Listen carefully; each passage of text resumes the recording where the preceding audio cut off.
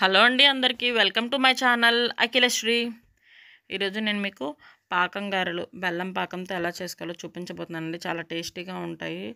ఒక్కసారైనా ట్రై చేయండి. ఇలా పాకం గారెలు చాలా బాగుంటాయి.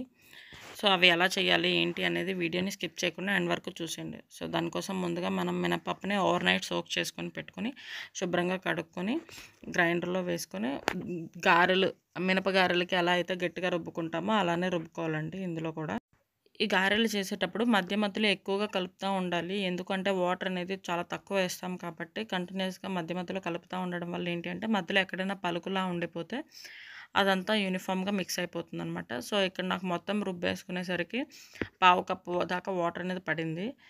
మరీ ఎక్కువ వాటర్ అనేది వేసుకుంటే ఏంటి అంటే పల్చగా అయిపోవడం వల్ల గారె ఆయిల్ ఎక్కువ తీసేసుకుంటుంది. సో టేస్ట్ ఆయిలీగా అనిపిస్తుంది అనమాట. సో కొంచెం గట్టిగానే రుబ్బుకోండి.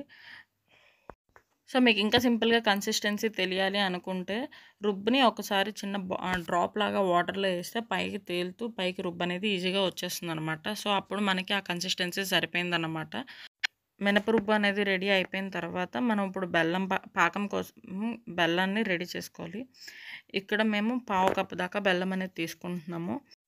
కొంచెం వాటర్ అనేది వేసుకొని బెల్లం అనేది గడ్డలు లేకుండా మొత్తం అంతా కరిగించేసుకోవాలండి. యూనిఫామ్గా మొత్తం అంతా మిక్స్ అయిపోయింది, గడ్డలు లేవు అనుకుంటే అప్పుడు మనం వేరే గిన్నెలోకి ఫిల్టర్ చేసుకోండి. సో ఏమైనా ఇసుక కానీ డస్ట్ కానీ ఇంకేమైనా ఉన్నా కూడా మొత్తం అంతా ఫిల్టర్ అయిపోతుంది. సో అప్పుడు మనం ఫిల్టర్ చేసుకుని ఇంకో గిన్నెలోకి దాన్ని పాకానికి రెడీ చేసుకోవాలండి. సో దాన్ని స్టవ్ మీద పెట్టుకుని కంటిన్యూస్గా స్టీర్ చేస్తూ తీగ పాకం అనేది వస్తే గారెలకి బాగా పడుతుంది అనమాట. పాకం అనేది బాగుంటాయి కూడా మనకి పాకం బాగా పట్టి.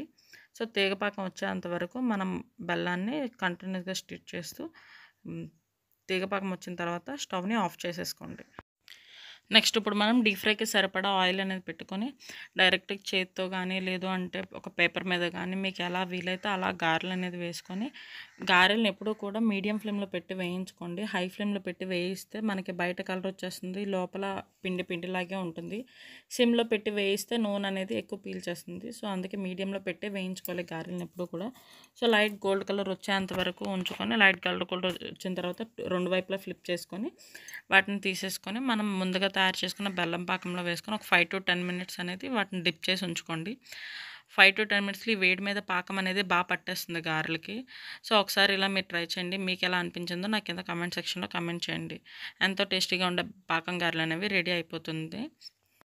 మీకు కనుక వీడియో నచ్చితే లైక్ చేయండి, మీ ఫ్రెండ్స్ అండ్ ఫ్యామిలీ మెంబర్స్కి షేర్ చేయండి. ఇలాంటి మరెన్నో వీడియోస్ కోసం నా ఛానల్ని సబ్స్క్రైబ్ చేసుకోండి. Bye bye.